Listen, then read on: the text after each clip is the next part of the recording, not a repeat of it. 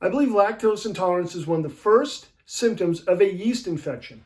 Now, yeast cannot break down lactose. Bacteria can break down lactose. So with that being said, I believe a yeast infection or a yeast overgrowth could be preventing our normal healthy bacteria from taking up residency and leading to a condition of lactose intolerance. So mother's milk is about 7% lactose, and infants who are breastfed with mother's milk, obviously, have their large intestine populated with bifidobacterium. And infants who are bottle fed, their large intestine is populated with lactobacilli, enteric streptococci, and staphylococci. So I just brought up the differences in bottle fed and breastfed as just an interesting piece of information, rather than really pertinent to the overall conjecture here, which is a lactose intolerance is one of the first signs of a yeast infection. And now that is a conjecture of mine. In cow's milk, back to the board here, cow's milk is only about 4% lactose. So you can see mother's milk is about 7% and cow's milk is about 4%. Now, mother's milk, in my opinion, is probably going to have the microbes that are necessary to help the baby break down lactose into sugar and galactose. However, cow's milk is only about 4% lactose, and yet, as we get older, we tend to have more problems digesting lactose, in drinking cow's milk. Cow's milk is pasteurized, so that means a lot of the microbes are destroyed in the process of, pasteurization.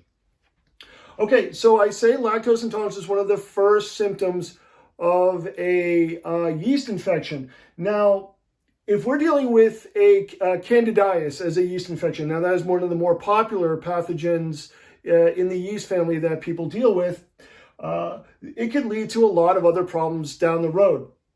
Now, C. albicans produces beta-alanine as a byproduct of protein digestion. Now, the issue with a yeast infection, a Candidiasis, is that if we do in fact have this yeast infection and it is producing too much beta-alanine, what's going to happen is it's going to drop our taurine levels, because beta-alanine and taurine both compete for absorption in the kidneys. Now, what happens if we have low taurine levels? Well, we don't make enough bile because we use taurine to make bile. Therefore, we cannot absorb our fat or fat-soluble vitamins. Also, Candidiasis.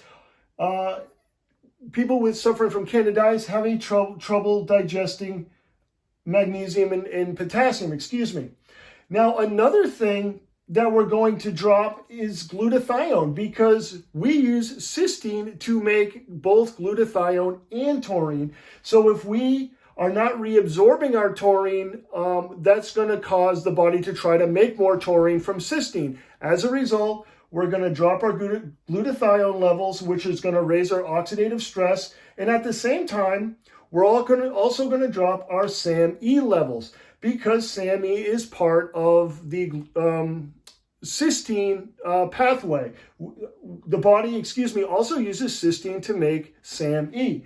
Now, SAMe is a methyl donor, and that goes to help methyl DNA. Now, when our DNA is not methylated properly, or specifically undermethylated, it can cause cancer as well as personality changes. So as you can see, Candidiasis, which I believe one of the first symptoms of Candidiasis is lactose intolerance, you can see the potential downstream problems of having a yeast infection, a C. albicans infection, with the fact that it could drop taurine levels, and the cascading effect of a dropping taurine could lead to all these other big problems downstream. Again, DNA undermethylation comes from the lack of being able to produce enough SAMe, and we could get changes in personality, increase their chances of cancer, just from this issue right here in its own right, by not having enough taurine in the body.